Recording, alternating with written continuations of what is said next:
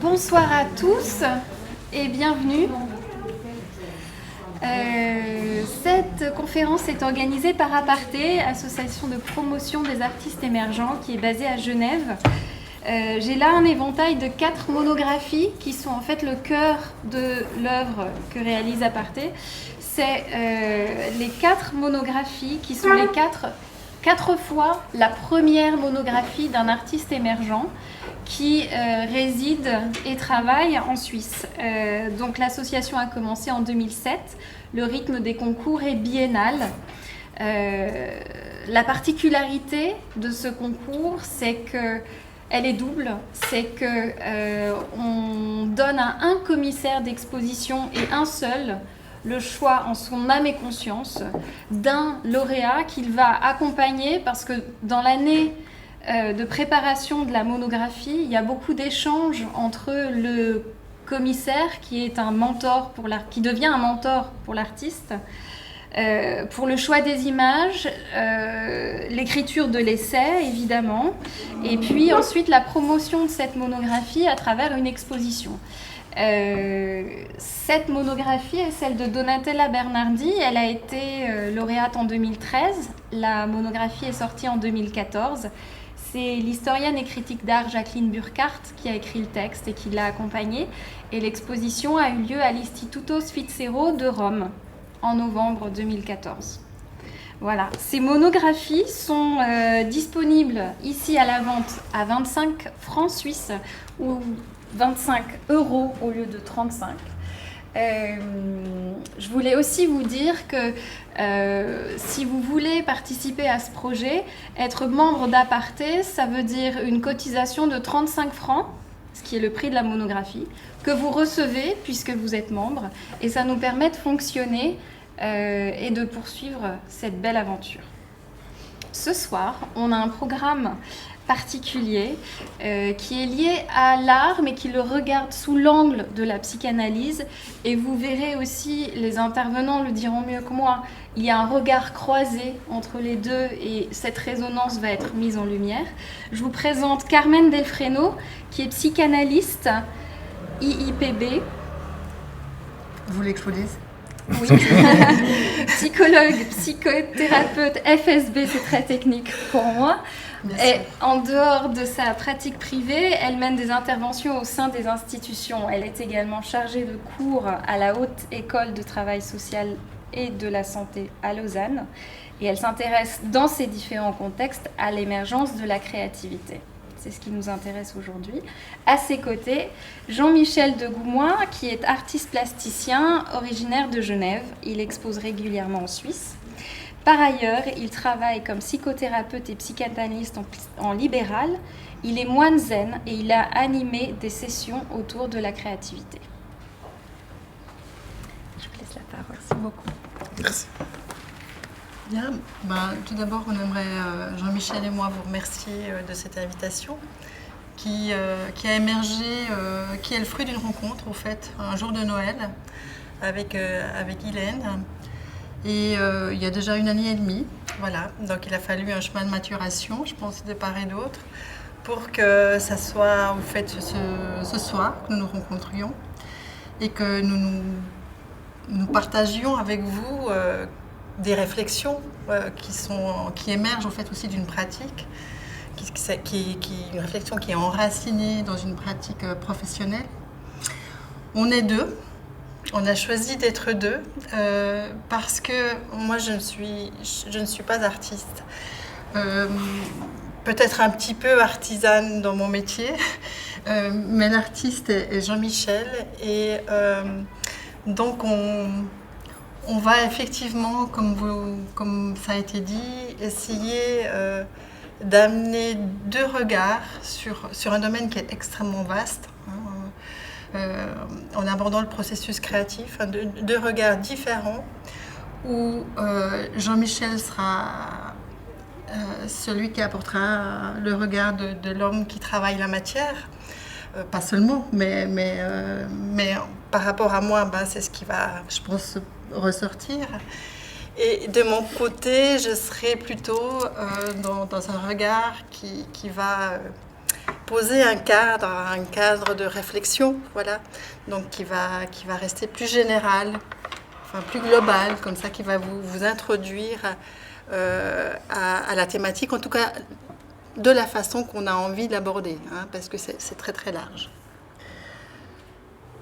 Ce sont deux présentations qui sont, vous voyez, on nous a demandé de parler de ça, mais c'est très dense, hein. Donc ça va être deux présentations, ce seront deux présentations très denses, avec de la consistance.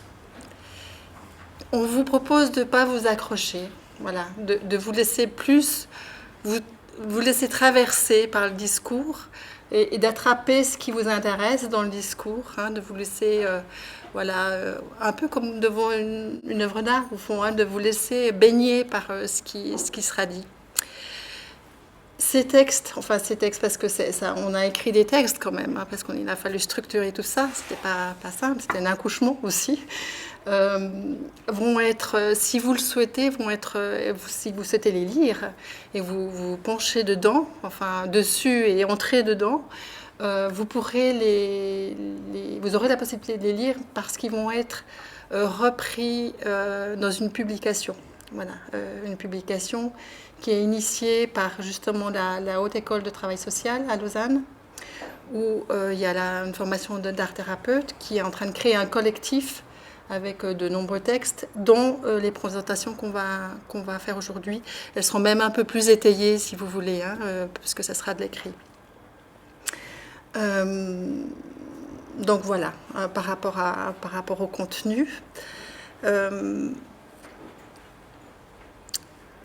Je crois que c'est bon par rapport au cadre qui est posé là. C'est moi qui vais donc commencer logiquement. Voilà. C'est une image peut-être que vous reconnaissez pour certains, d'Hildegard de Bingen. Qui nous parlait, voilà, pour le thème d'aujourd'hui. Les images qu'on va utiliser, en tout cas celles de ma partie, après il y en aura d'autres que toi tu as amenées, il faut les voir comme des images en résonance avec le texte. Hein, ça ne va pas être des explications, des interprétations d'images que je vais vous donner, mais c'est plutôt un jeu de résonance qui va se faire entre l'un et l'autre.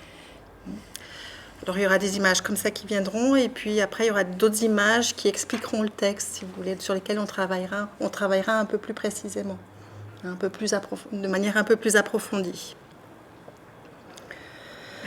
Donc dès son avènement, la psychanalyse a porté une attention toute particulière à l'art, aux artistes et aux processus créatifs.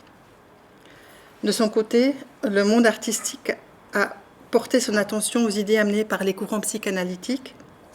Il suffit de penser au mouvement surréaliste pour en mesurer l'influence réciproque.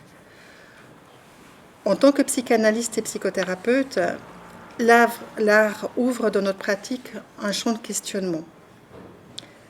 À travers ses cheminements et ses œuvres, le créateur nous donne à penser, consciemment ou non d'ailleurs, la complexité de la nature humaine, le mystère de la création, de la destruction et de la recréation. Le processus créatif mené par l'artiste entre en résonance avec le processus analytique. Il offre des ouvertures à penser les problématiques et accentue notre réflexion en l'approfondissant. Ceci d'autant plus qu'il met à l'œuvre le corps, la matière et la sensorialité.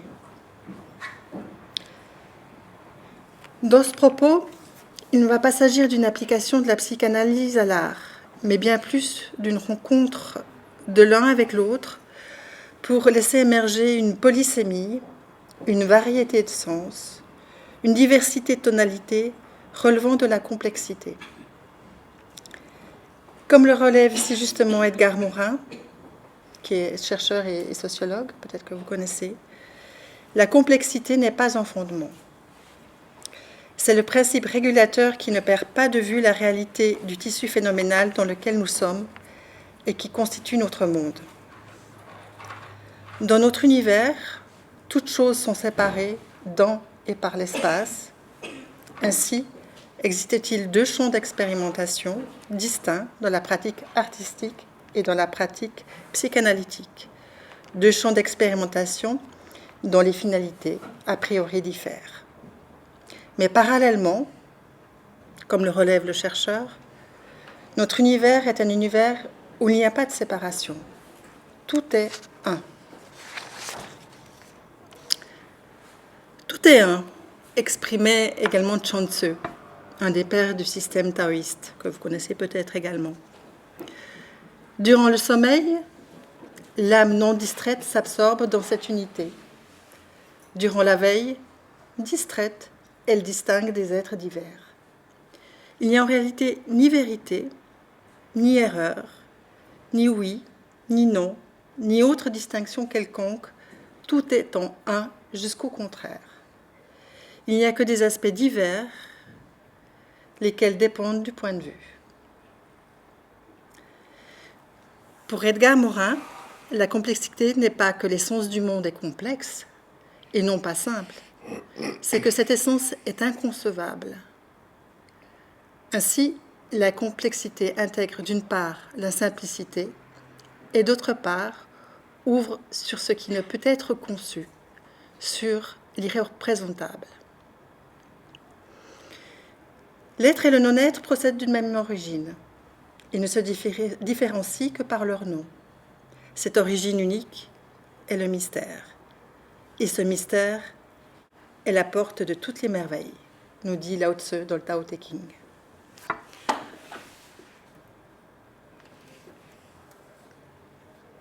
C'est bon. S'interroger sur le processus créatif interpelle l'essence des choses et de l'homme. En s'ouvrant à ce qui n'est pas encore conçu, à l'imprévu d'un non encore advenu, l'homme fait naître au creux de sa chair et de son cœur des questions qui assaillent avec force sa conscience et ses entrailles. Ces questions se posent de génération en génération et dans les différentes cultures qui constituent notre humanité. Elles sont donc à chaque fois aussi bien singulières que collectives. Elles relèvent d'une réalité existentielle et essentielle. L'art et la création artistique, en tant que manifestation, nous laissent des traces issues des chemins parcourus par d'autres. En s'inscrivant dans l'histoire de l'humanité, elles nous guident sans aucun doute vers la nôtre. Ainsi, l'artiste restitue la richesse et la profondeur de l'expérience humaine. Non seulement il élabore sa propre histoire et celle de son histoire familiale, dont les ramifications peuvent être étendues, mais son travail s'enracine dans un patrimoine ancestral, porteur de sens.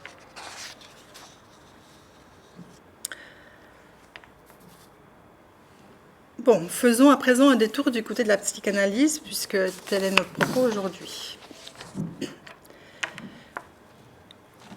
Une des spécificités de l'approche des œuvres d'art et des processus créatifs sous-jacents est leur enracinement dans le corps, dans le pré-infra, voire le non-verbal.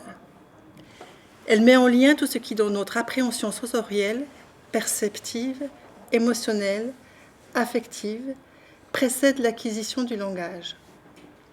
Elle implique donc une capacité à accueillir et ou à se laisser envahir par l'irrationnel, par le non-sens, l'obscur. Elle éveille l'irreprésenté, voire bute face à l'irréprésentable. La création artistique court-circuite même notre capacité élaborative, ainsi que celle de l'artiste, en s'actualisant directement dans l'œuvre. Quel vacillement, n'est-ce pas, quel bousculement que de se laisser émouvoir, que de se laisser surprendre, émerveiller, voire même terrifier. Au cours des sentiers que nous allons parcourir ensemble, nous aborderons dans un premier temps l'émergence des processus de symbolisation chez l'humain et leur mise en œuvre. Puis, dans un deuxième temps, nous aborderons la sublimation en la ramenant au symbole exprimé par l'imaginaire collectif. Notre corps nous permet avant même la naissance de saisir, de sentir, appréhender notre environnement et notre monde interne.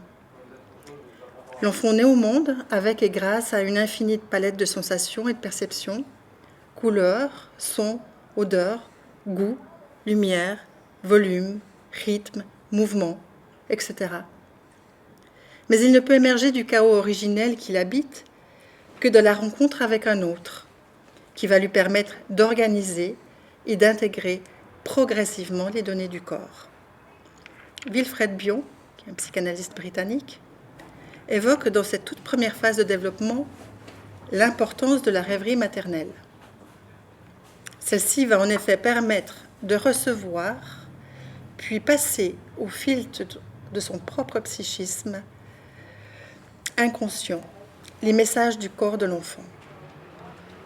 Ce que la rêverie maternelle va pouvoir métaboliser mentalement sera ensuite à son tour retransmis par la même voie corporelle. Le développement de ce mode de communication pourrait ainsi contribuer au déploiement des capacités de symbolisation de l'enfant et potentialiser ses propres ressources. Dans l'approche analytique, nous parlerons alors de symbolisation primaire, lorsque les données du corps s'organisent progressivement en représentation mentale en deçà du langage, puis de symbolisation secondaire avec l'apparition du langage. Le processus de symbolisation est à l'œuvre la vie durant. Il peut être également affecté et bloqué. Et c'est là parfois que les gens viennent nous voir.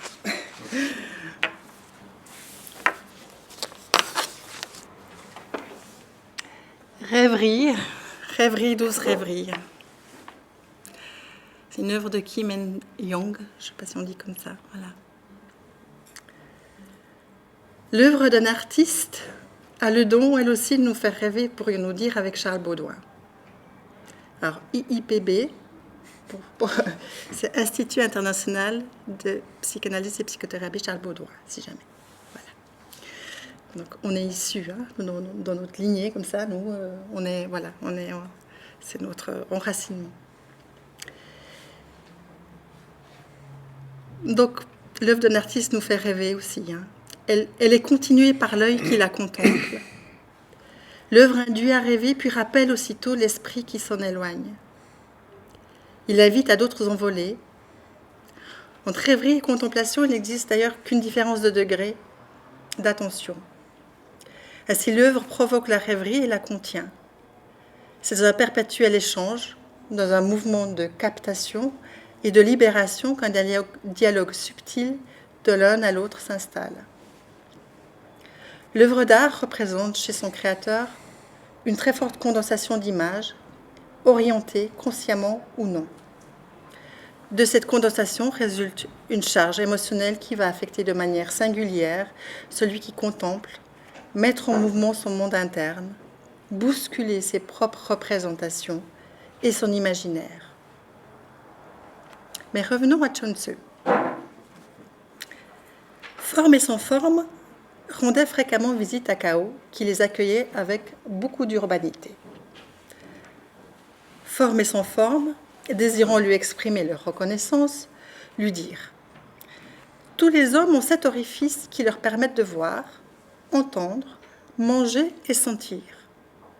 Vous seuls en êtes dépourvus. Si nous vous percions ces orifices. » Et chaque jour, il lui perçait un orifice. Le 7e jour, c'en était fait. Cao était mort. Chuang Tzu nous parle lui aussi des sens et du corps, mais pas seulement. Il met en lumière l'importance du lien dans la capacité à organiser et à transformer le chaos. Approfondissons un peu ce sujet. On va nous référer aux toutes premières expériences du bébé. Dans les années 50, Donald Woods Winnicott, qui est un pédiatre, psychiatre et psychanalyste, certainement que vous connaissez, s'est largement intéressé au lien mère-enfant et à l'émergence de l'organisation psychique du bébé. Il a notamment développé les notions d'espace potentiel, de phénomène, d'objet et d'espace transitionnel. L'espace transitionnel, qui est dans un premier temps constitué par la médiation que la mère établit entre les besoins psychiques et corporels de l'enfant et le milieu physique et social qui l'entoure deviendra, selon l'auteur, également celui de la culture. Le propre de l'ère transitionnelle et de la localisation culturelle qui en dérive est de faire coexister le déjà et le non encore advenu, l'héritage et la création. Nous retrouvons ici la même tension paradoxale dont Chuang Tzu nous fait part antérieurement. Cette coexistence d'expériences qui semble s'opposer est pourtant féconde. Elle suppose néanmoins une expérience subjective de tolérance et de confiance qui peut s'initier au sein d'un environnement humain fiable et sécurisant.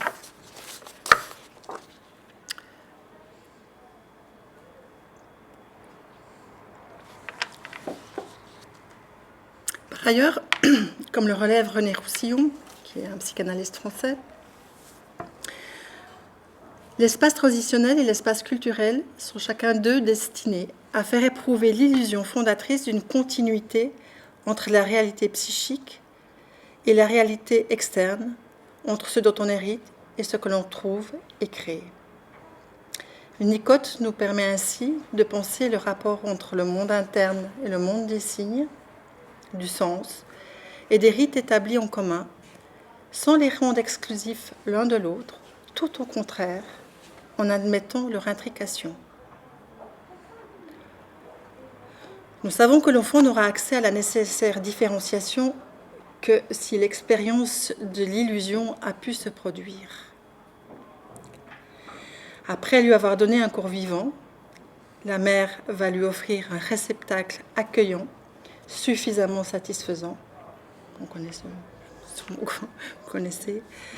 À travers les soins, elle va lui permettre de faire l'expérience d'une illusion de toute puissance, le sentiment d'avoir lui-même créé l'objet trouvé. Le temps de la désillusion, puis l'avènement de l'espace transitionnel, est tout aussi fondamental, car il permet l'apparition des phénomènes transitionnels et l'émergence des objets transitionnels. L'objet transitionnel permet donc de créer une continuité au moment où l'enfant affronte l'expérience de la rupture, de la séparation.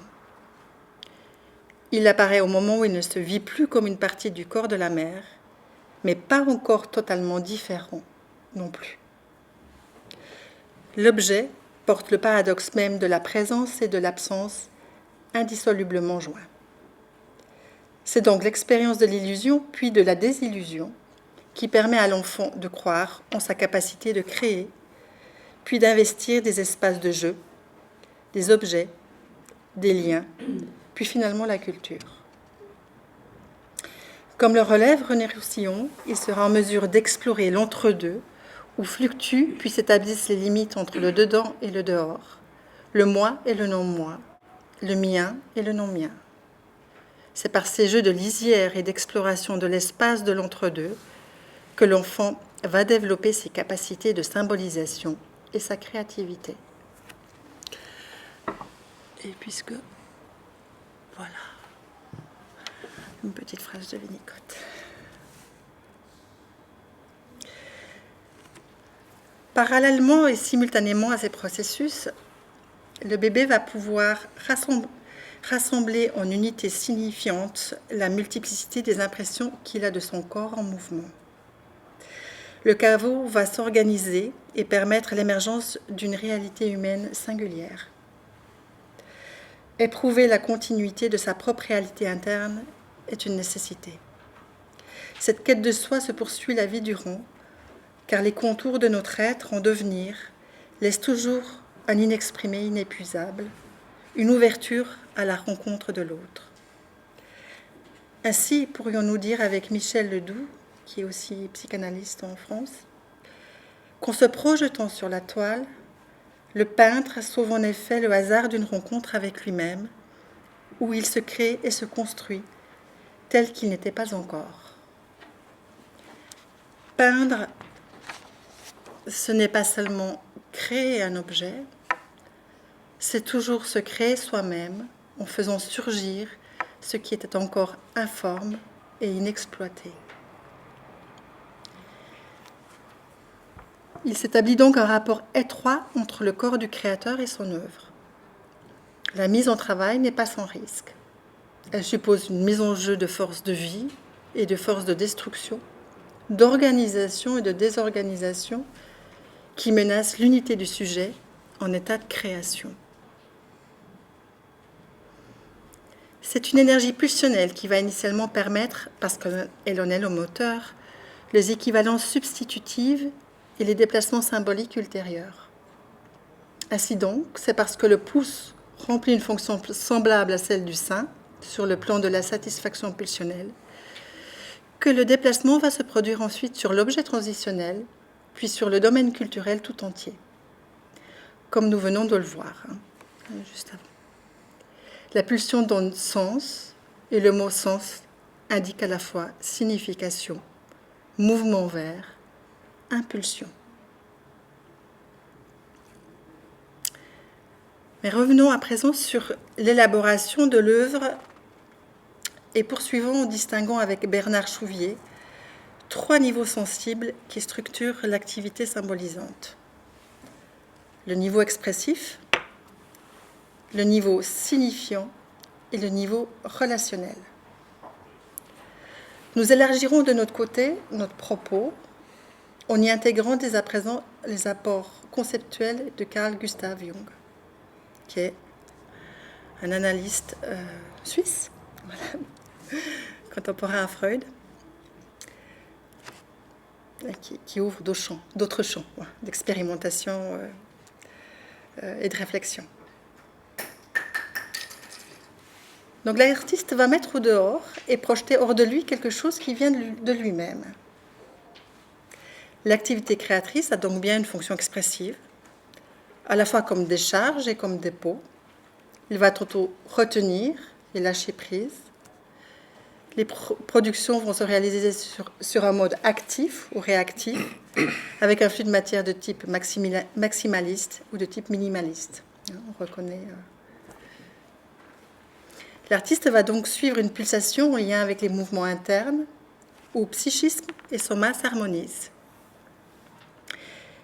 Il est capable de réaliser ce que nous ne pouvons a priori pas faire dans notre vie psychique, à savoir rassembler dans la même œuvre ou dans le même geste, simultanément, une suprême maîtrise et l'expression d'une pulsionalité parfois débordante, voire sauvage.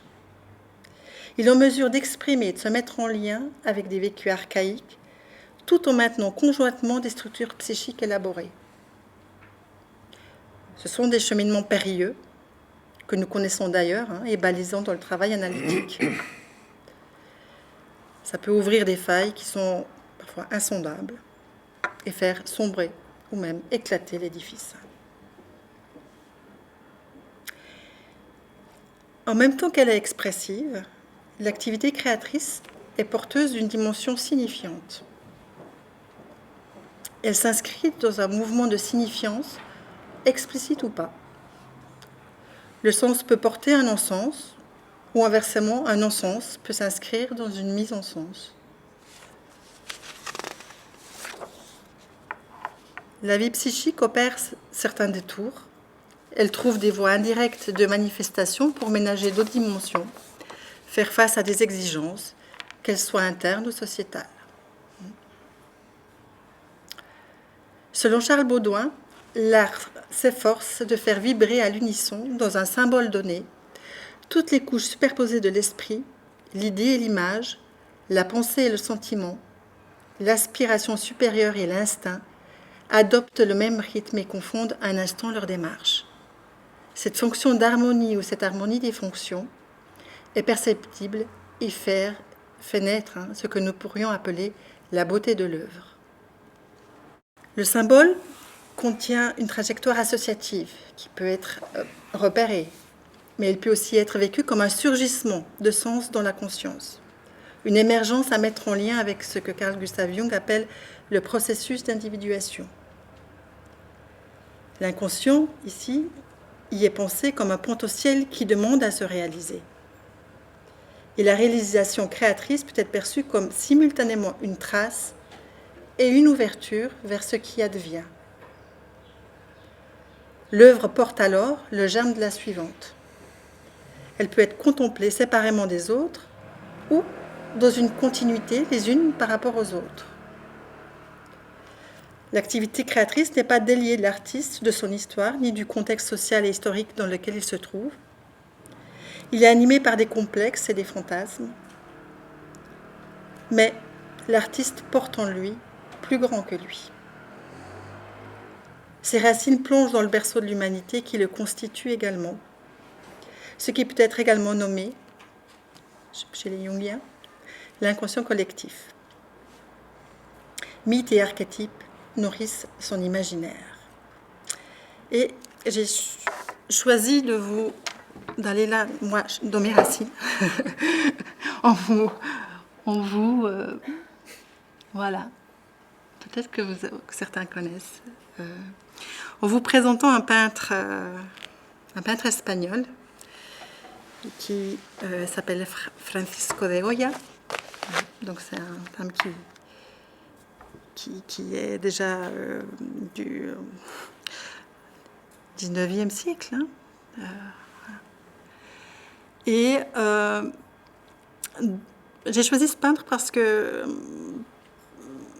est intéressant d'observer ces peintures. Il y a un tel contraste dans son cheminement qui permet, sans interprétation, puisque au fond on ne le connaît pas, mais qui permet quand même de voir ce processus dont on a parlé avant, ce processus d'individuation, ce processus où on sent qu'il y a une continuité d'un travail qui est en train de s'élaborer, d'un travail psychique qui est en train de s'élaborer, et qui se traduit dans les œuvres.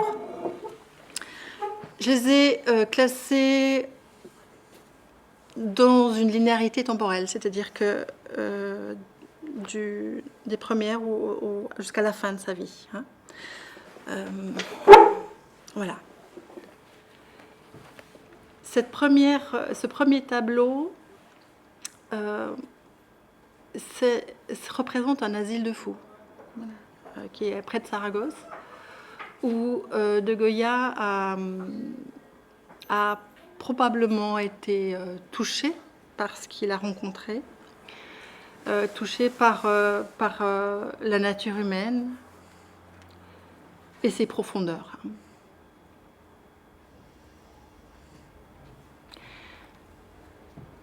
Goya était peintre à la cour et il a fait dans un premier temps de son parcours un certain nombre de peintures qui étaient demandées par la monarchie, des demandes auxquelles il a répondu. Donc celle-là, un portrait c'est Charles IV et sa famille.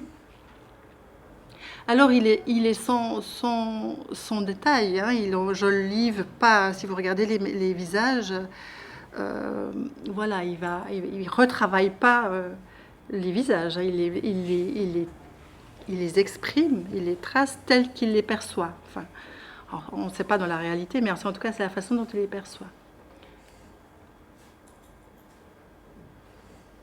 Et puis, simultanément, dans cette période-là, c'était la guerre napoléonienne, entre la France et l'Espagne. Et Goya semblait extrêmement touché par ce qu'il était en train de vivre, par ce qui se passait au niveau au niveau social, historique. Et il a commencé à peindre. Il a fait toute une série de tableaux où il peint des scènes, des scènes de carnage, des scènes qui sont une sorte de reportage au fait de ce qui est en train de se passer. Donc ça change. On sent que il prend d'autres dimensions, et on peut imaginer aussi qu'il y a quelque chose qui est en train de se travailler chez lui, en lui, qui est lors d'un approfondissement, en laissant émerger alors des contenus qui sont plus en lien avec les mythes. Ça, c'est un tableau qui est très connu, qui est le fusillement du 3 mai. Voilà. Très saisissant, hein, très actuel au fond. Si on y reprend, enfin si on peut tout à fait, et c'est certainement la force de l'œuvre, transposer ce qui est en train de se traduire là, dans l'actualité, hein, dans notre actualité. Et voilà, d'autres dimensions qui apparaissent chez lui. Il y a un rapport à la mort particulier. Il a été très malade, hein, assez jeune. C'est quelqu'un qui a été marqué par la maladie. Mais en même temps, c'est dans une continuité par rapport à ce qu'il est en train de vivre, hein, par rapport aussi à ce qu'il est en train de vivre au niveau collectif. Donc il y a d'un côté une dimension individuelle et de l'autre côté une dimension collective qui est tracée dans les peintures qu'on retrouve. Saturne, thématique mythique, qui mange son enfant. Donc on est dans quelque chose de l'ordre avec la temporalité aussi. Hein. Alors il y a eu des interprétations comme quoi c'était l'État qui mangeait les citoyens, enfin voilà. Peu importe, mais le saisissement de l'image nous rapporte quelque chose de ce qu'il est en train de vivre, lui, à différents niveaux. La question de la temporalité est importante, nous y reviendrons après. Voilà, les vieux qui mangent de la soupe. Et là, on est entré dans sa période, ce qu'il appelle la période noire, où finalement ce sont des tableaux qu'il a peints chez lui, sur des murs, et qui ensuite ont été repris. Alors, les techniques, je ne sais pas comment on peut faire ça, mais qui ont été repris pour les transposer sur la toile. Et une de ses dernières œuvres, parce qu'on ne sait pas trop au niveau du temps, du moment dans lequel il l'a faite, c'est le chien. Voilà.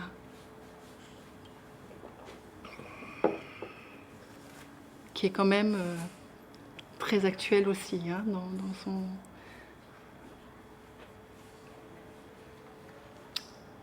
Très habité. J'ai un peu dépassé. Voilà.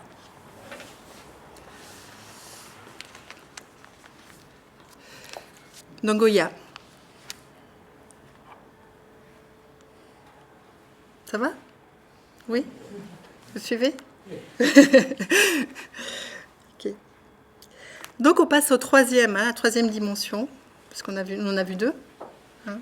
La dimension par rapport à l'activité symbolisante. On va passer à la troisième. Donc par essence, toute œuvre est relationnelle. Elle est destinale. D'abord, elle est destinée à prendre corps. Nous pourrions sans autre avancer que non seulement elle met en lien, mais qu'elle modifie notre réalité et notre propre rapport au monde.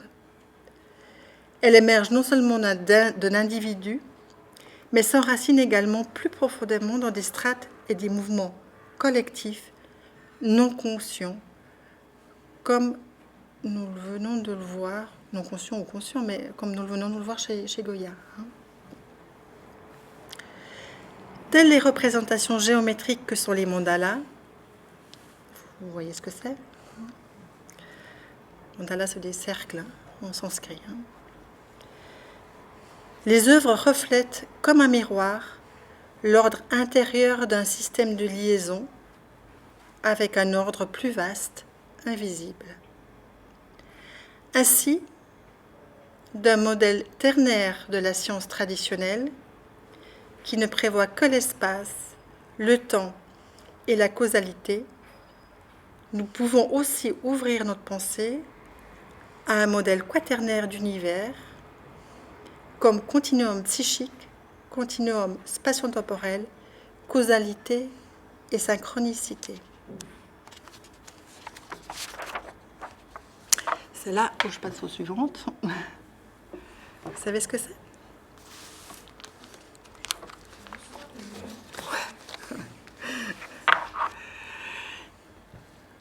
Ouais, le CERN. Le LHC.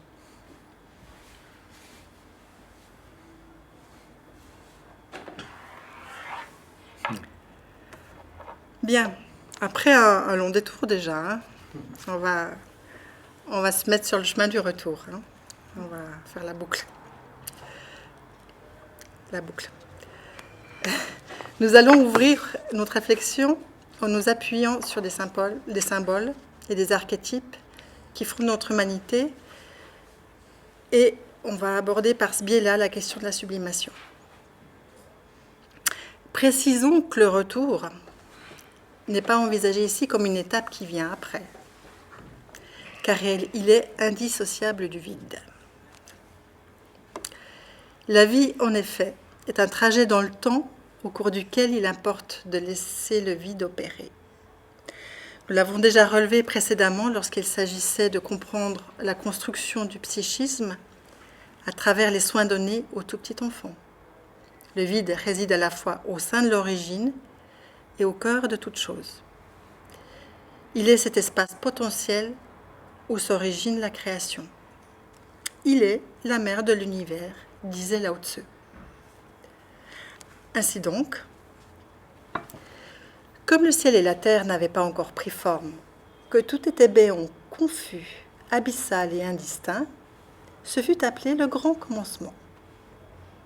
On le cherche encore. Hein. Et là, c'est quelques années avant Jésus-Christ. Le Tao commença par un vaste vide. Celui-ci engendra l'espace et le temps, lesquels engendrèrent le souffle. Le souffle eut alors des contours. Ce qui était léger et pur s'affina pour constituer le ciel. Ce qui était grave et grossier se condensa pour constituer la terre.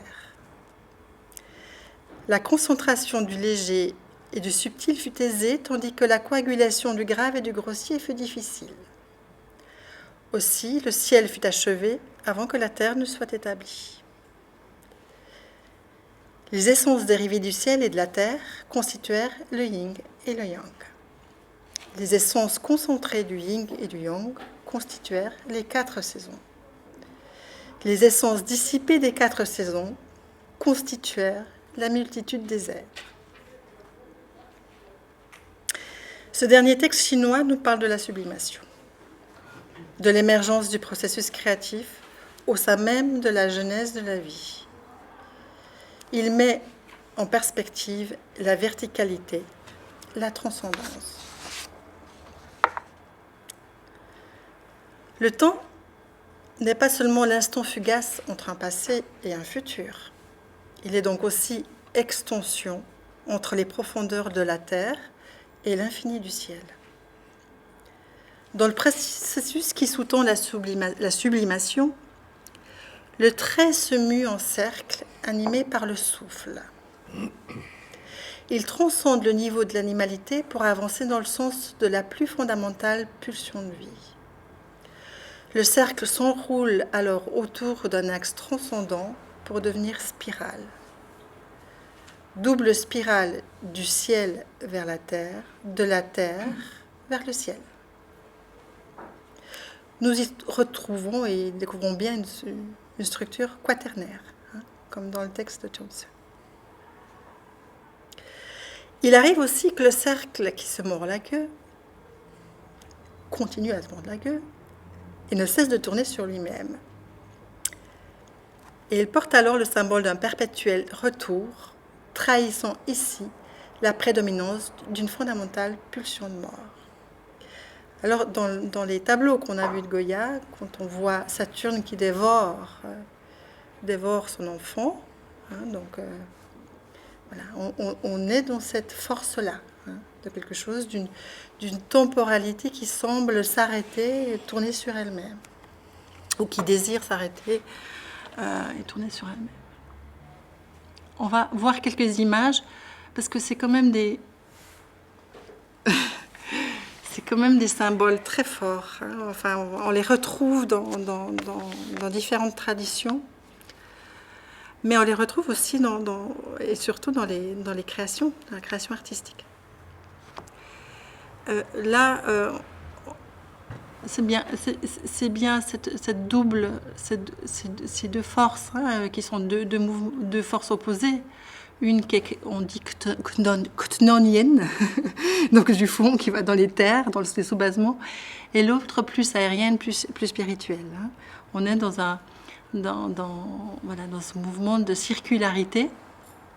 C'est l'Ouroboros, pour ceux qui connaissent, l'Ouroboros. Là, il semble manquer quelque chose de l'ordre de la vie dans celui-là. Par rapport ça date du XVIIIe siècle. Mais c'est inspiré de l'alchimie, pour ceux qui... voilà.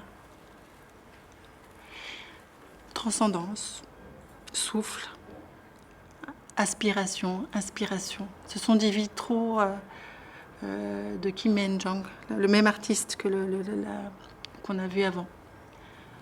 Donc il faut quelque chose de l'ordre de la vie, de quelque chose du souffle, pour réanimer, pour sortir de cette circularité qui tourne sur elle-même et qui risque de mourir si elle ne bouge pas.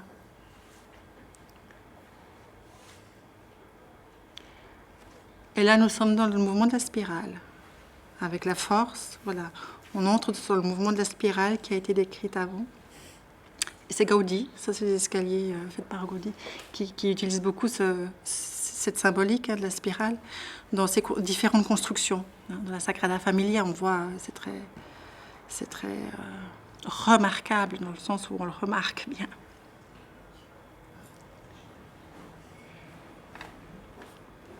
Une autre œuvre,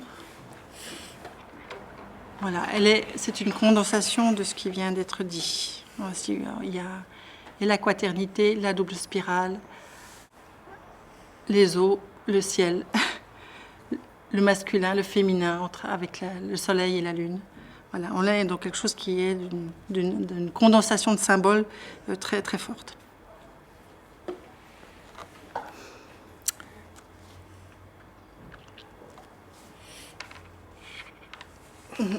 La mise au travail qui engage l'artiste dans la création de l'objet engage bien une activité psychique de transformation. Dans l'opus alchimicum, reprise par Jung pour décrire la métamorphose de l'âme et ses symboles, l'unité originelle y est différenciée entre 4 éléments figurés par le carré. Cette totalité différenciée sera ensuite recombinée en une unité supérieure, représentée elle aussi par le cercle. Il s'agit de la quintessence. Selon Jung, la production de l'un à partir des 4 est donc le résultat d'un processus de distillation ou de sublimation. Le distillé est soumis à diverses distillations de telle sorte que l'âme ou l'esprit soit extrait sous la forme la plus pure. Au cours de ce processus de raffinage et d'ennoblissement, l'obscur enfante le lumineux, l'or noble croît à partir du plomb de la région des eaux, l'inconscient devient conscient sous la forme d'un processus de vie et de croissance. On rejoint le processus d'individuation. Dans son athanor, donc le lieu de transmutation pour les alchimistes, l'artiste opère quant à lui de multiples transformations de la matière. Il chauffe, enlève, décolle, dégage ce qui obstrue, allège. Il fixe, rajoute, modèle, accentue, donne du poids. L'axe transformationnel s'organise en effet mystérieusement autour d'une verticalité, puis s'actualise par une mise au monde. L'œuvre existera finalement indépendamment de son créateur et demandera à être détachée de ce qui l'entoure pour être mise en évidence. Extraite de soi, mise au monde, elle va réactualiser notre rapport à la différenciation et à la séparation. Ça, cette image-là, c'était plus pour le plaisir que je vous la montre, au fait. Vous savez, le mouvement, c'est une création d'une galaxie, le mouvement de la création d'une galaxie. Voilà. Et donc, on a eu l'espace avec la galaxie, et là, cette mandala, qui est au niveau, c'est le Kalachakra, où on reprend le temps, qui représente les cycles du temps. Bon, on va conclure parce que le temps passe. Et puis donc, nous sommes passés du 1 au multiple et du multiple au 1.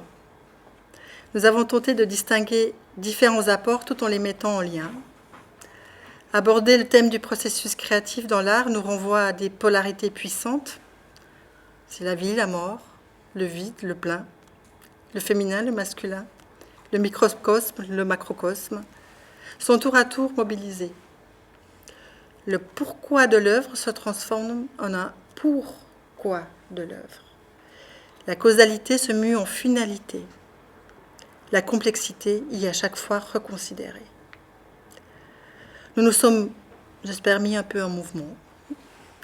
Nous avons parcouru ensemble quelques sentiers. Bon, peut-être vous êtes d'ailleurs égarés, hein, mais bon, on est arrivé au terme de notre boucle. L'art est bien plus qu'un témoin. Il s'enracine profondément chez chacun de nous et porte simultanément des processus et des mouvements collectifs qui impliquent un travail d'élaboration symbolique parfois périlleux, voire impérieux. Il fait émerger une totalité unifiée dont les soubassements s'inscrivent au-delà de notre individualité. Il est une trace de notre être au monde et un signal. L'art contribue à mettre en relation et pour faire apparaître une expression et peut faire apparaître une expression nouvelle de l'humain. Il est aussi acteur de ce qui advient. Et en ceci, il a un rôle sans aucun doute à jouer dans l'humanisation d'un monde qui parfois part à la dérive. Nous lui connaissons un pouvoir subversif qui lui a valu interdiction et bannissement, car il permet l'expression d'une subjectivité qui vient questionner. Il est alors porteur d'un germe vital qui permet l'ouverture, la transformation de la souffrance et la découverte de la beauté du monde. Il touche le cœur de l'homme, il vient l'animer de nouveaux souffles. En cela, il porte une dimension éthique. Mais ça, c'est un autre sujet. Voilà pour ce qui est ma part. J'espère que vous avez pu vous laisser porter. Donc, je vais donner la parole.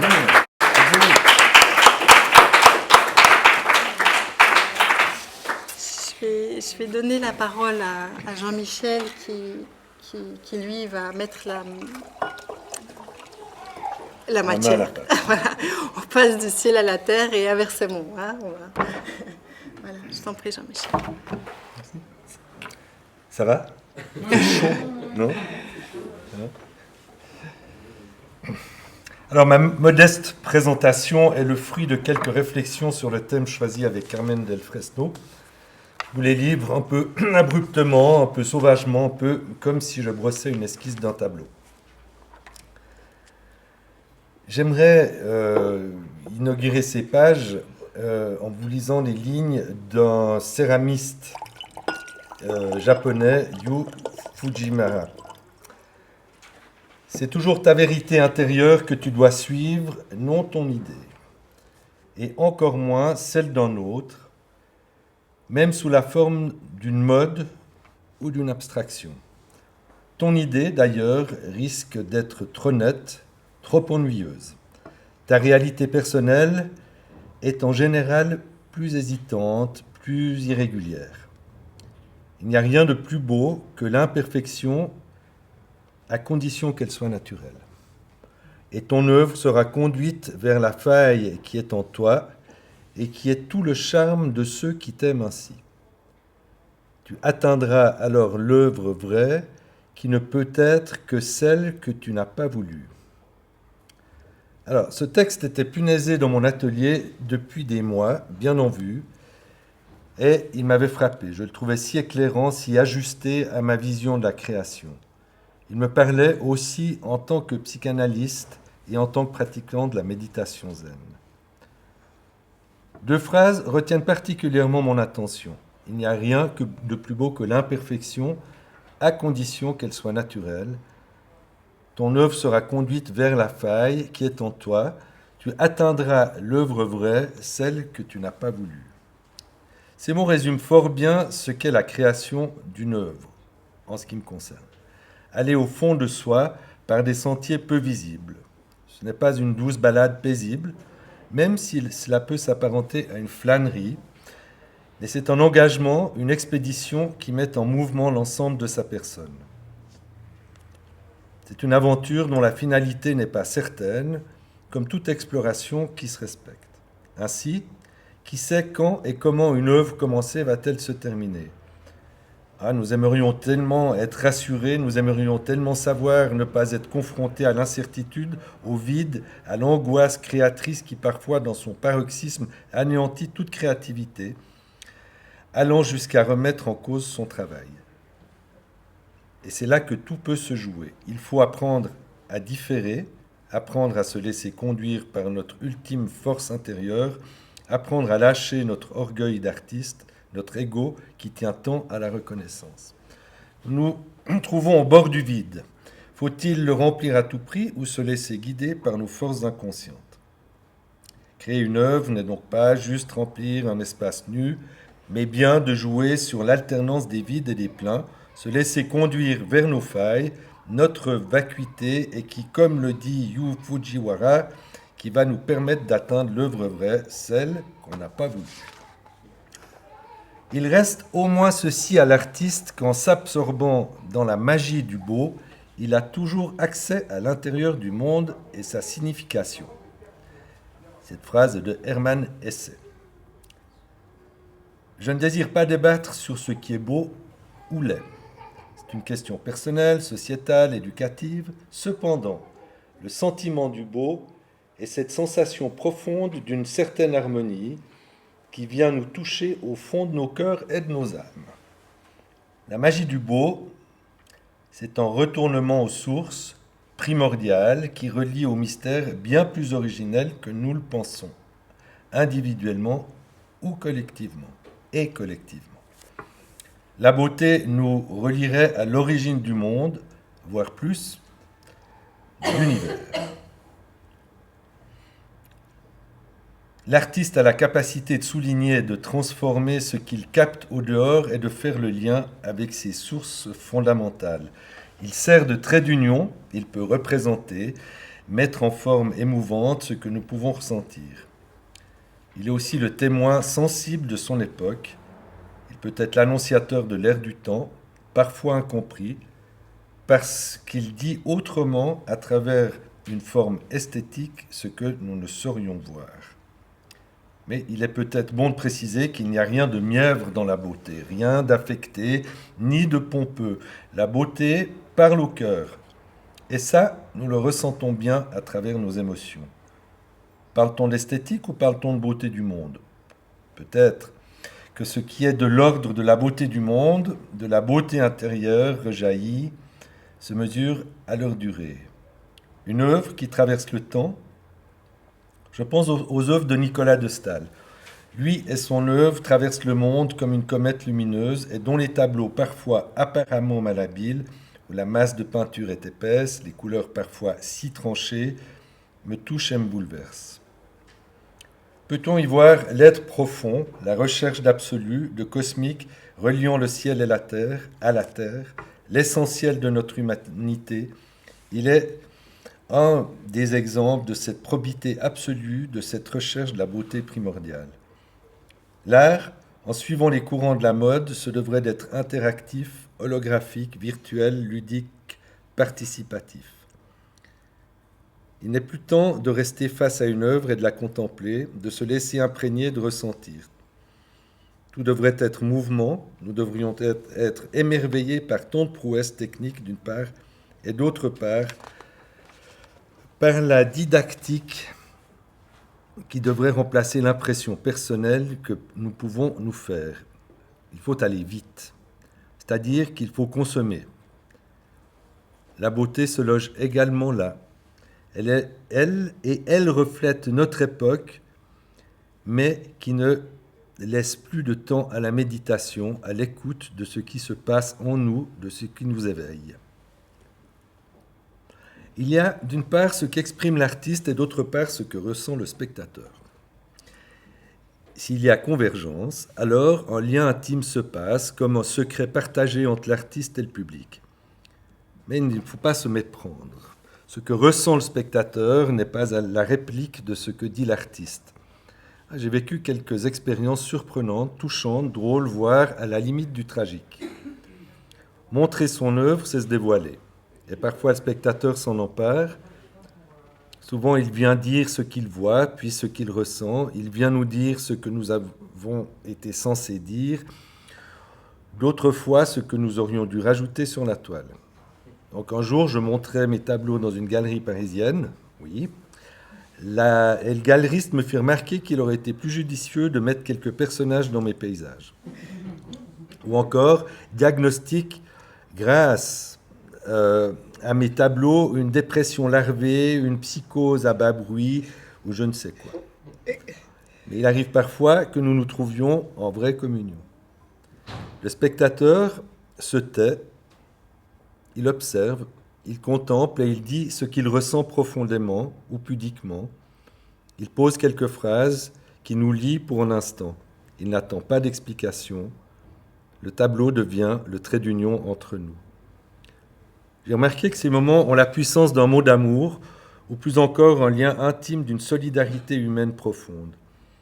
La même qui, lors d'un travail thérapeutique, à un moment de la cure, nous nous rendons compte, mon vis-à-vis et moi-même, que nous nous comprenons. Dans le zen, on dit Ishin Denshin, de cœur à cœur, d'âme à âme, la parole juste au bon endroit.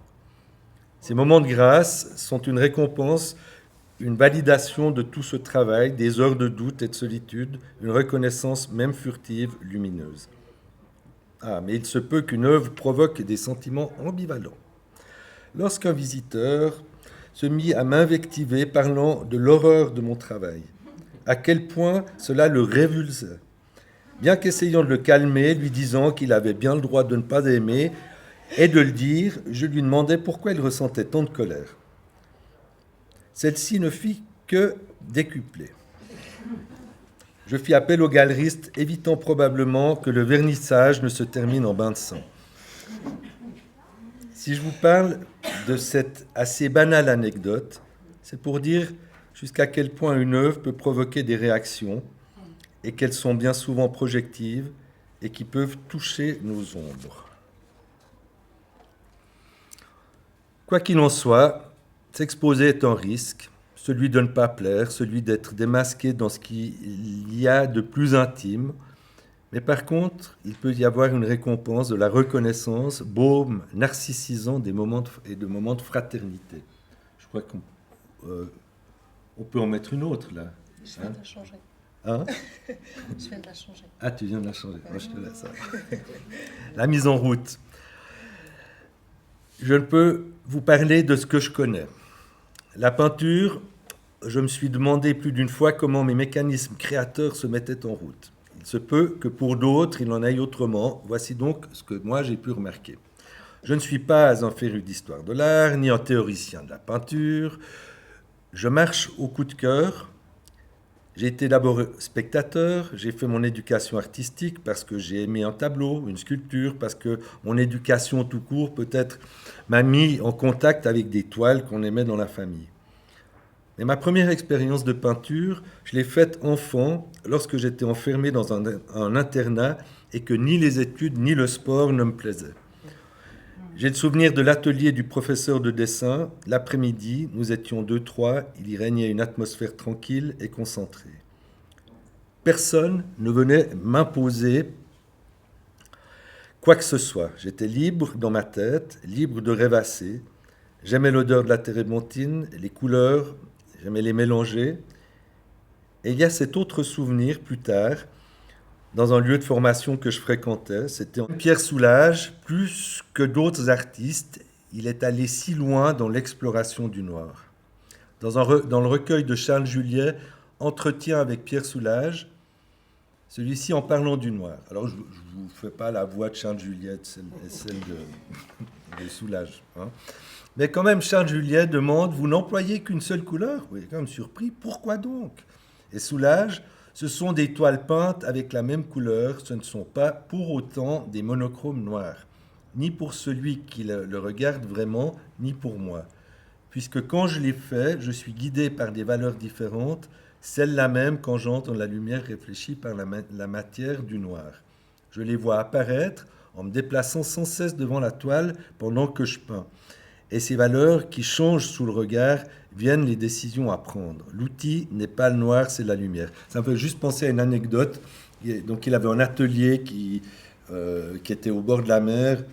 Et il rentre dans son atelier en après-midi et il dit « Mais ces toiles sont bleues, bon, qu'est-ce qui se passe ?» Et en fait, c'était le reflet de la mer sur ces toiles. Donc ça l'a quand même un peu chamboulé. Que ce soit avec cette couleur minimale ou avec une palette de couleurs, ce qui apparaît à travers les valeurs différentes, les mouvements, le geste, le déplacement devant la toile, c'est bien l'histoire de la mise en scène qui se construit. Pour Soulages, c'est la lumière se reflétant sur la matière qui conduit l'histoire de son tableau. On peut être saisi, impressionné par ces vastes surfaces noires dans un premier abord, mais ce qui m'a toujours attiré, c'est l'histoire de ces tableaux, ce qu'il y avait en dessous, ce que le reflet de la lumière distrayait dans mon regard. Peut-être pouvons-nous voir un tableau sans y chercher les dessous, ni même les imaginer, ou encore se laisser prendre par celui-ci. Et peut-être peut-on aussi être juste là, en face du tableau, sans que nous soyons perturbés, comme devant certains paysages, certaines scènes, et de juste dire « c'est beau », sans plus rien y ajouter. Moment d'un silence plein, comme une communion, une catharsis, en rares moments, plein de rien. Je voulais vous parler aussi de l'artiste un peu démiurge. Tant de choses ont été dites sur la création, ce qui prouve que ceci reste un mystère, à tel point que les créateurs ont été affublés du nom de démiurge. Il y a quelque chose de magique, de mystérieux, voire de divin ou de satanique. En tout cas, quelque chose d'inexpliqué relié au mystère de la création.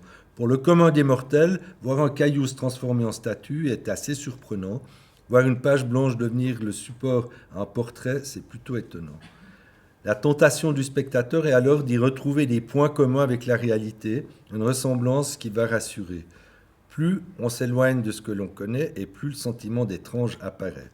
Lorsque les impressionnistes se mirent à parcourir la campagne en quête d'impression de la nature, ce fut le tollé. Lorsque le cubisme, la peinture non figurative apparut, ce fut un scandale, tant la distorsion de la réalité paraissait sacrilège, incompréhensible à nos cerveaux bien organisés. Il nous faut des codes, des moyens de lecture pour rendre intelligent et intelligible ce qui est entendu ou vu. L'inconnu provoque la déstabilisation, la perte des repères dont nous avons tant besoin pour paraître normaux. Et l'académisme dont la mission était ou est de rendre fidèlement acte de la beauté était bousculé ou est bousculé.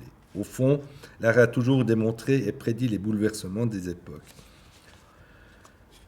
J'ai pas résisté à la tentation de faire quelques analogies entre le chevalet et le divan. Alors je voulais vous en faire grâce et puis bon quand même, voilà. Hein, vous êtes d'accord? On y va. C'est pas long. Entre la thérapie et la création artistique, il y a bien quelques liens. Pratiquant les deux de façon différenciée, j'ai trouvé quelques passerelles possibles. Tout d'abord, l'environnement naturel, l'atelier et le cabinet. 2 lieux clos, 2 espaces secrets où la confidence est de mise pour permettre justement l'élaboration psychique, la création. Il n'y a pas 2 ateliers semblables, mais comme il n'y a pas 2 cabinets semblables. En prenant mon atelier, par exemple, mais pas comme pour l'exemple, mais par exemple, celui que je connais, bon, il est rempli de dans tout son espace par des toiles, des morceaux de papier, des tubes de peinture écrasés qui traînent lamentablement. Seuls les pinceaux et les couteaux sont nettoyés véritablement.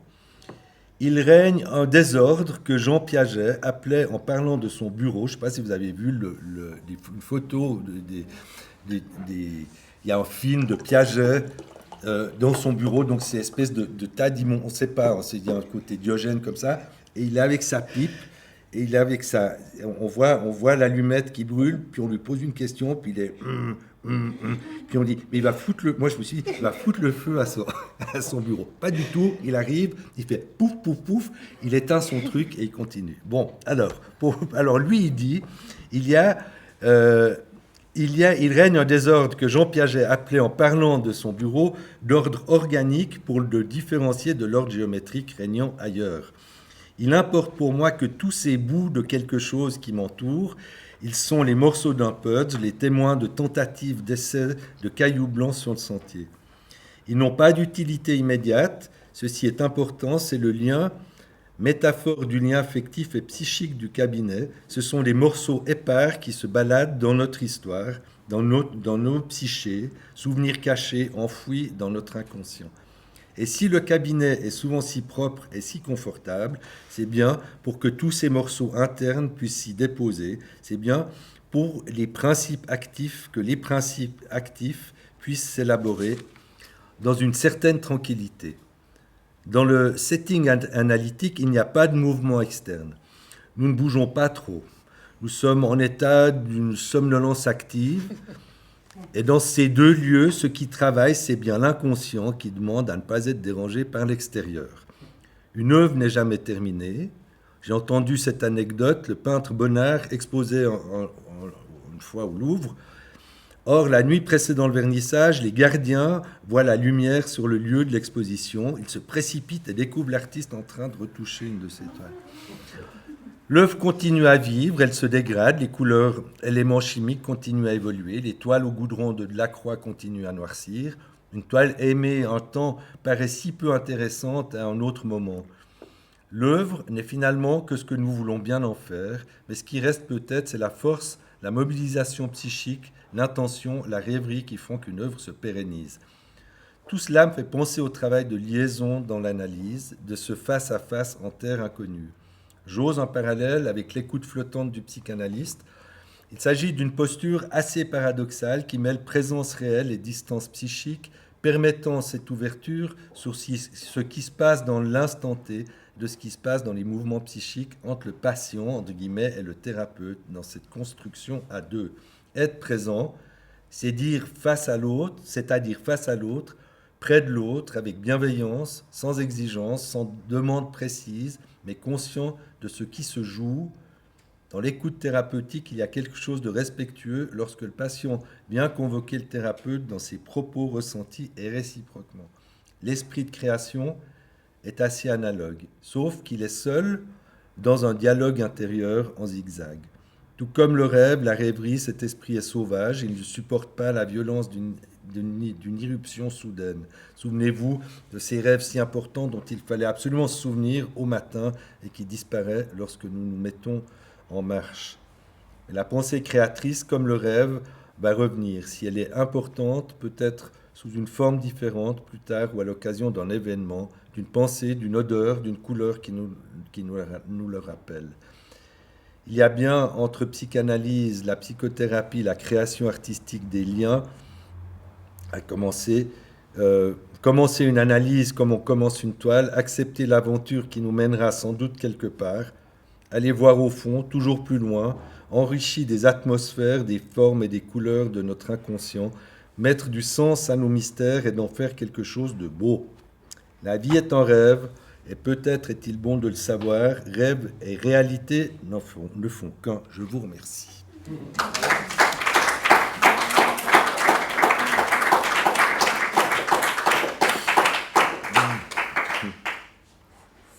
Ça laisse du temps un petit peu pour les questions. Oui.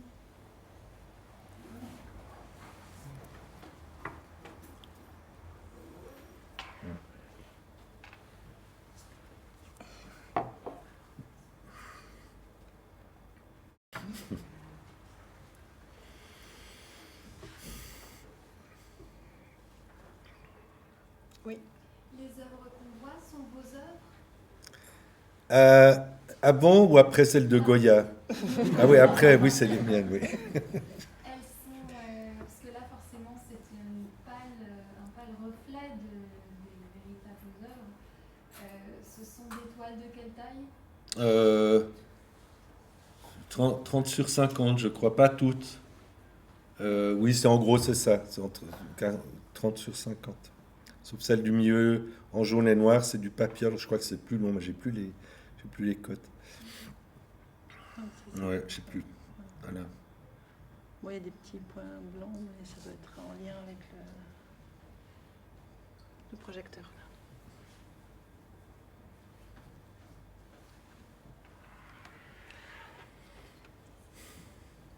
Voilà. Je vais vous demander, est-ce que vous cherchez à avoir une concordance entre vous, votre œuvre, et celui qui voit? Est-ce que vous aimeriez que la personne se relie à vous par votre œuvre, ou bien vous le faites Je le fais pour moi. Non, d'abord, je veux dire, c'est pour moi. Puis après, si ça marche, ça marche. Enfin, je veux dire, si je rencontre des gens qui, comme je vous ai dit, il y a des gens qui supportent pas mon boulot, et puis il y a des gens qui, voilà, il y a des moments magiques où tout à coup, on sent qu'il y a un partage de quelque chose. C'est ça. Mais non, est-ce que je pense pas aux autres? Non, si, je pense aux autres. C'est-à-dire que quand je prends de la distance avec mon travail, quand je me mets à distance, je regarde de spectateur. J'ai pas, c'est-à-dire que je regarde, je dis mais qu'est-ce qui se passe? Après, je pense que chacun a un rapport différent avec son œuvre et que pour certains, c'est très important de garder un œil sur, enfin voilà, je veux dire, connaître la trace, savoir ce qui s'est passé, etc. Pour moi, une fois que le tableau est fini, il est fini. Je lui dis, il ne m'appartient plus. Alors, il appartient au grenier des fois. mais autrement, ça. Et alors, je suis très touché aussi, très surpris. Et j'étais une fois chez des copains. C'était le soir du réveillon. Il faut juste que je le dise, savoir dans quel état j'étais. Mais bon, je m'éclipse un moment, je descends les escaliers, je vois un tableau, je me dis, waouh! Alors je vois les copains, je dis, mais il est quand même super ce tableau. Il me dit, mais tu plaisantes, c'est toi qui l'as fait. Alors il y a ça, il y a autre chose. Je sais pas, une fois le fonds de décoration m'avait téléphoné, il y a un tableau vert qui vous appartient.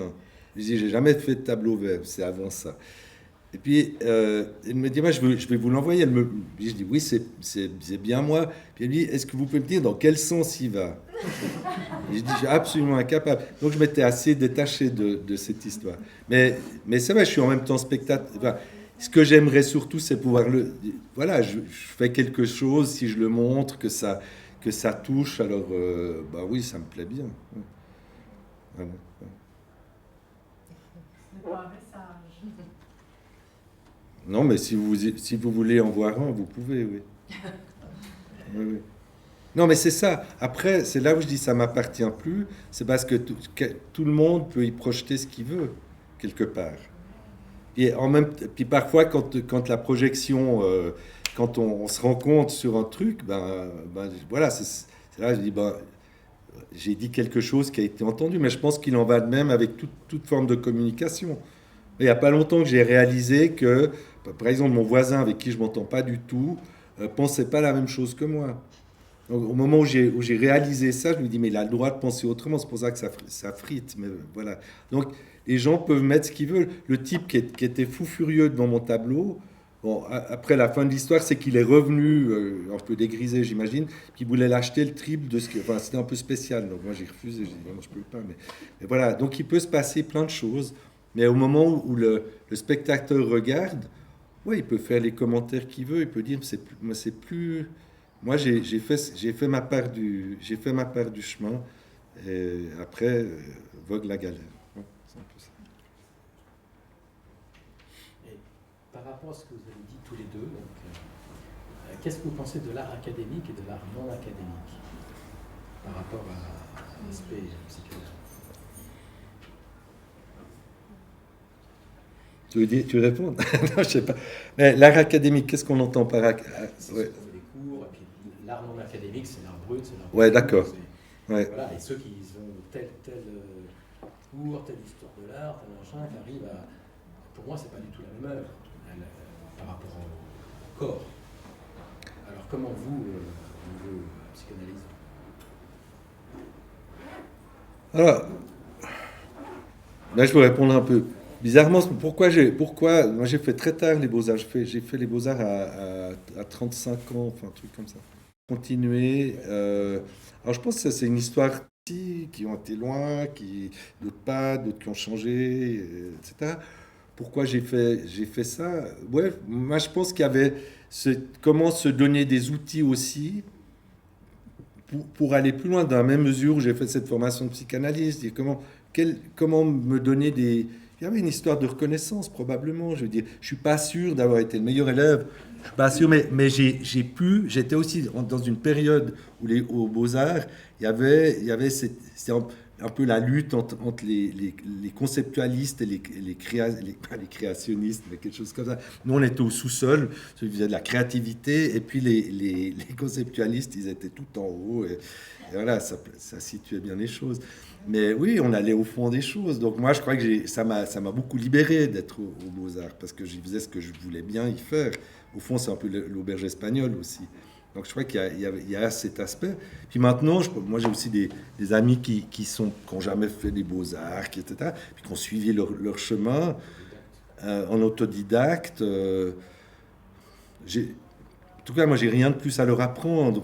Voilà, je veux dire, à un moment donné, je crois qu'il y a mais ce côté académique, peut-être que j'y crois quand même. Mais oui, je veux dire, faire une forme, dessiner un nu, dessiner un objet, des ombres, des trucs, quitte à ce que je l'utilise jamais. Mais c'est c'est un background, quoi. C'est vraiment un truc qui me... Voilà, je pense que... Ai-je répondu un peu? D'accord.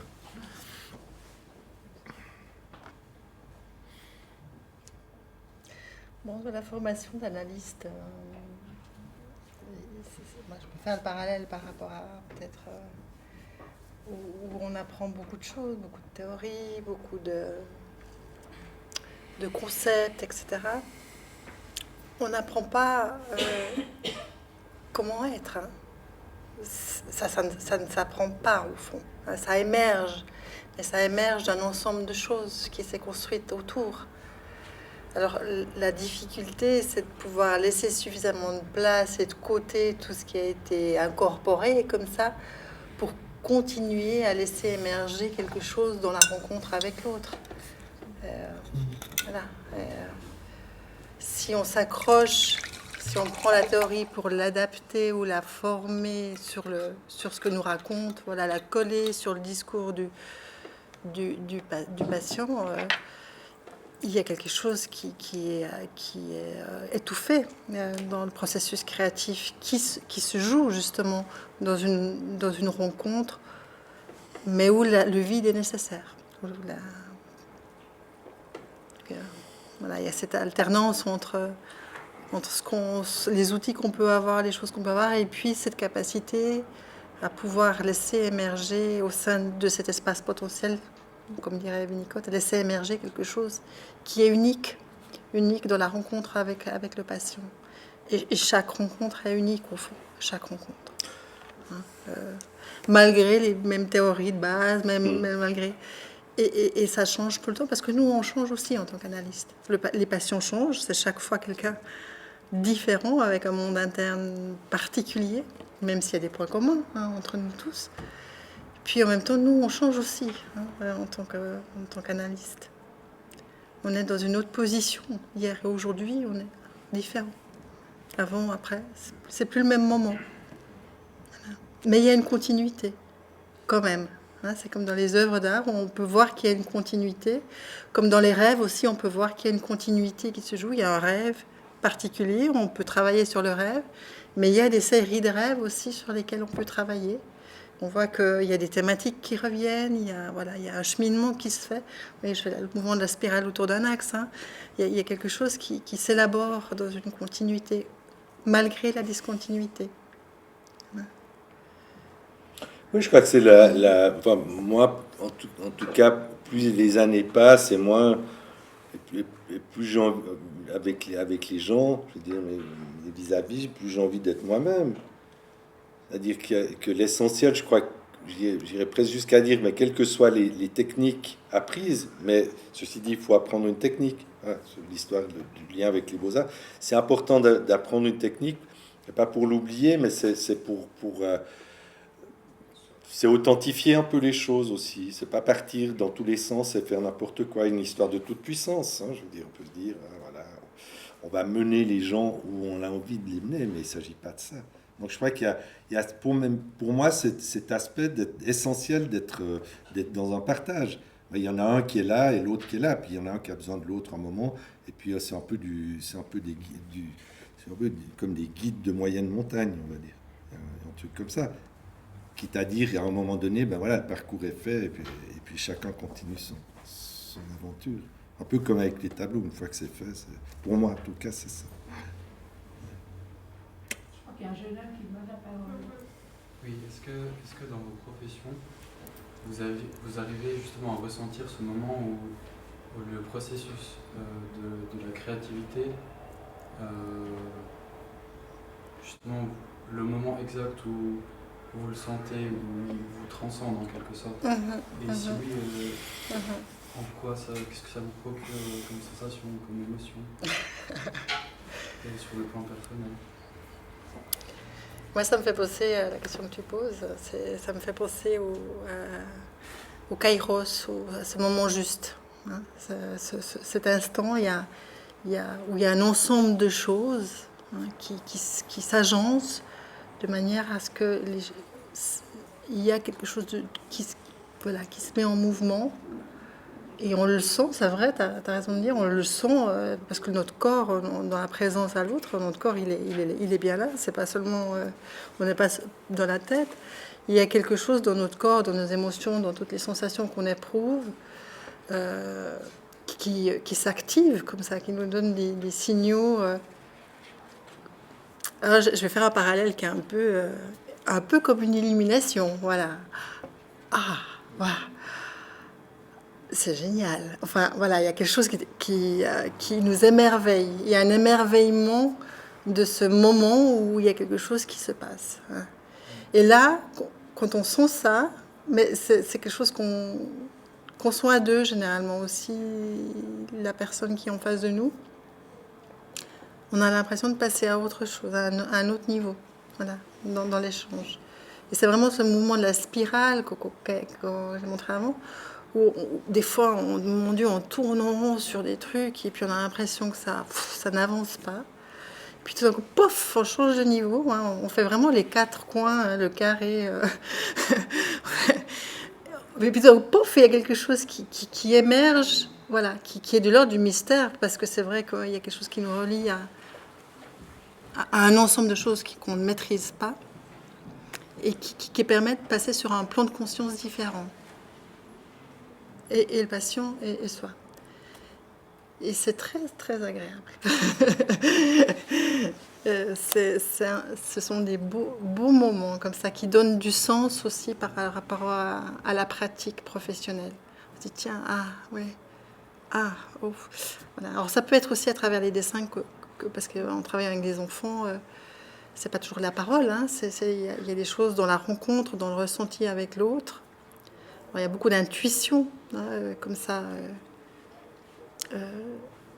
qui se passe. Et puis ça peut être à travers un rêve ou un dessin, ou à travers où ça se manifeste. Voilà, il y a différentes manifestations de ce moment. Voilà. Mais on est bousculé intérieurement, c'est vrai. Le corps, là, il est aussi ébranlé. Oui. Peut-être je vais juste un petit peu vous contredire. Oui. Parce que souvent, dans mon cas, les moments de grâce, on se rend compte seulement après, même peut-être des années après, en revoyant l'œuvre, on peut vivre justement ces moments de grâce. Oui. Tandis que quand on était dedans, on était tellement dedans. Alors, il y a les deux. Il peut y avoir les deux.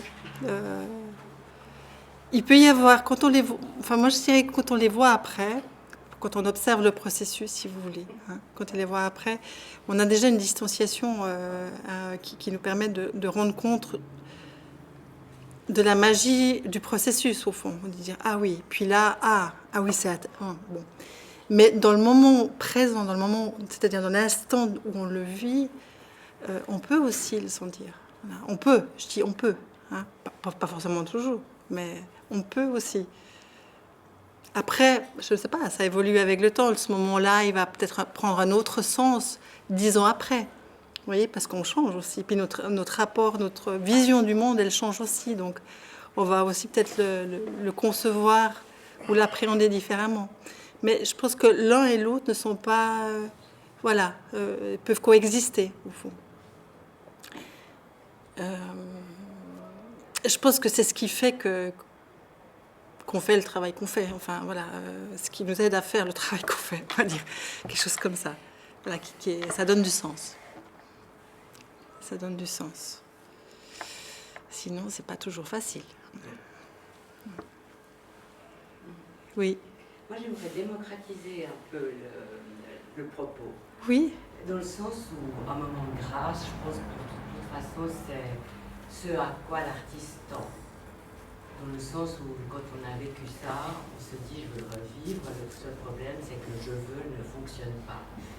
C'est un moment de grâce, ça veut dire c'est un moment incroyable où tous les éléments sont là. Voilà. Mais est-ce que c'est propre uniquement à l'art ou à la psychanalyse? Non. Et c'est dans ce sens-là où je souhaite démocratiser la chose. Ah oui, bien sûr, parce vous que, pouvez. En fait, le moment de grâce, c'est ce moment où chacun après peut le vivre dans son jardin avec son enfant, absolument, en promenade avec son chien, peu importe. Et je veux dire, et je pense que c'est des moments clés parce que c'est des sources de référence. À savoir, il m'est possible d'être au maximum. J'ai ça en moi. Maintenant, qu'est-ce qui fait que ne m'appartient peut-être pas, mais c'est possible. Et je trouve que par rapport à l'être que nous sommes, ça peut être très consolateur. Et si on parle du moment de grâce, c'est le satori, si je comprends bien. Oui. Mais le satori, c'est pas tellement important. Non, mais je veux dire, c'est pas un truc à chercher. Non. C'est pas ça vient pas. Si ça vient, puis quand ça vient un petit moment, puis peut-être même pas. Je veux dire, je veux dire, si on, c'est pas, enfin pour moi, c'est pas à cultiver, en tout cas.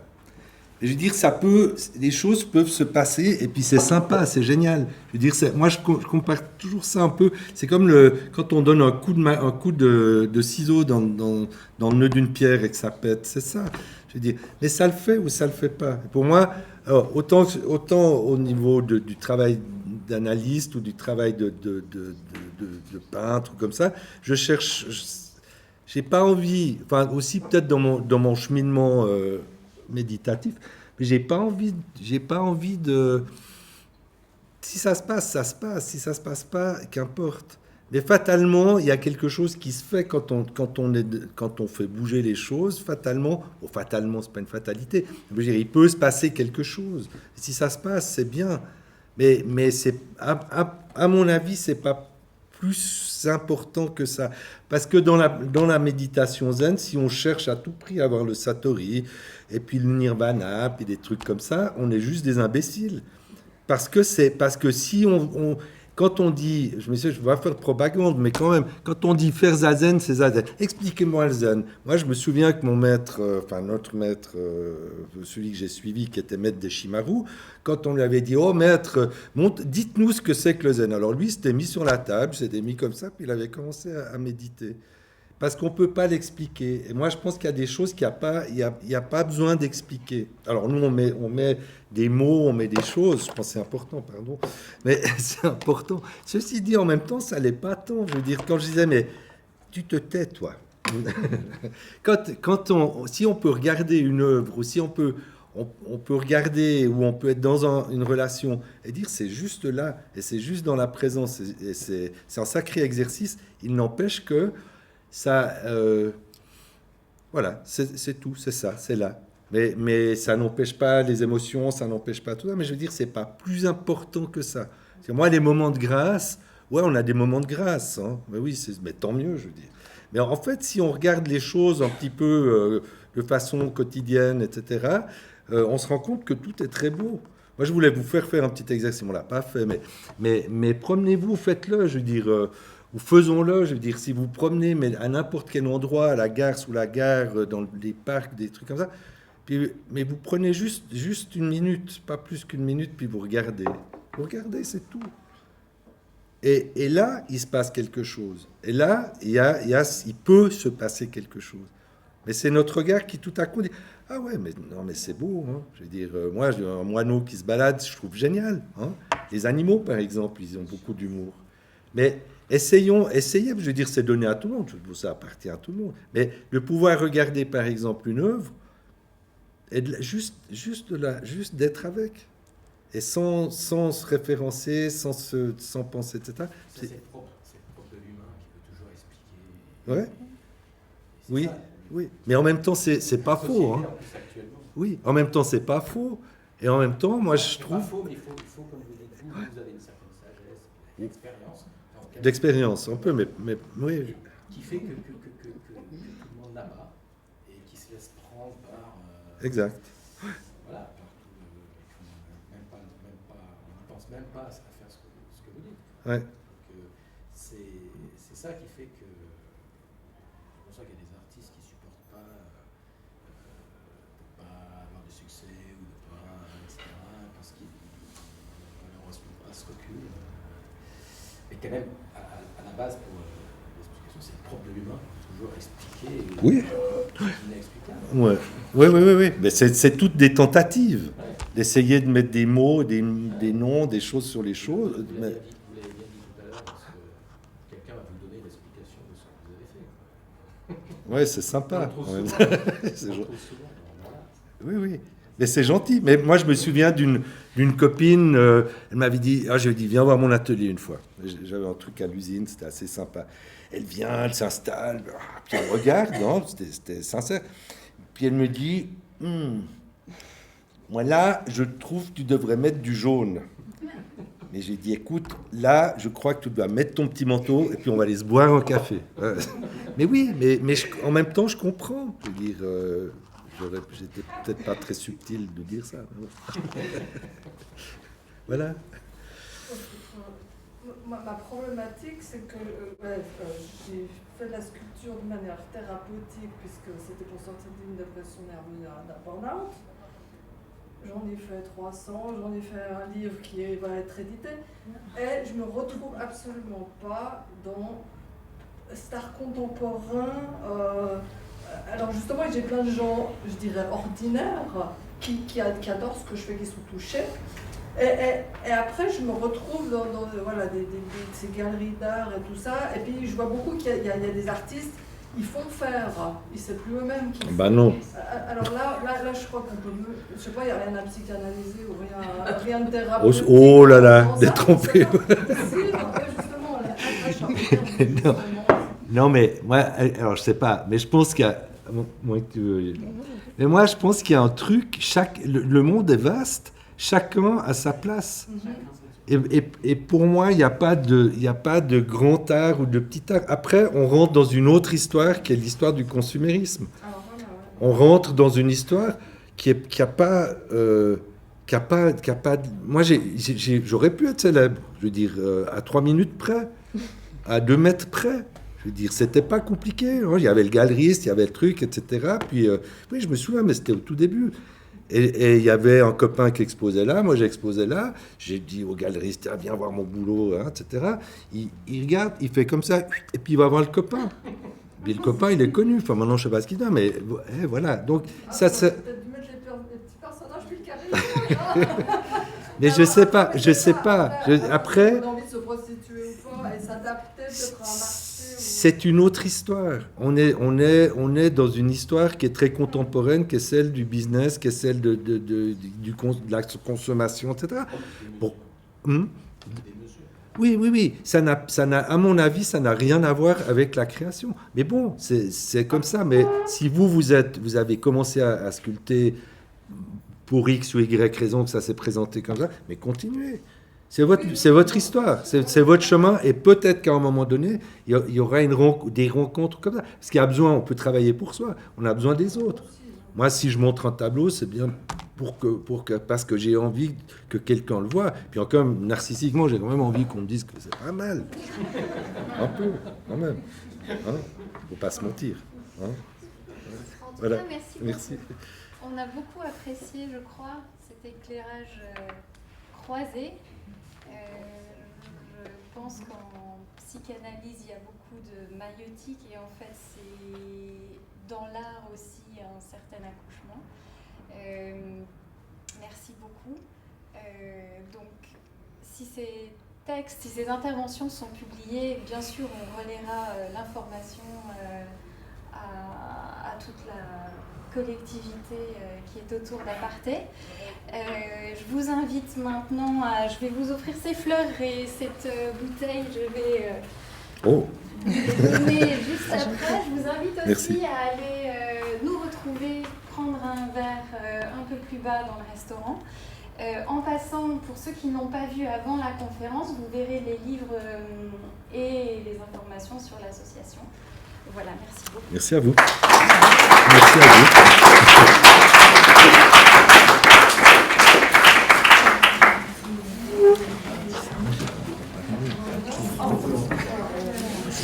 Voilà, alors on a très classique. Oh, c'est gentil, oui. On peut échanger. Non, non, pas du tout. Merci beaucoup, c'est gentil. Oh.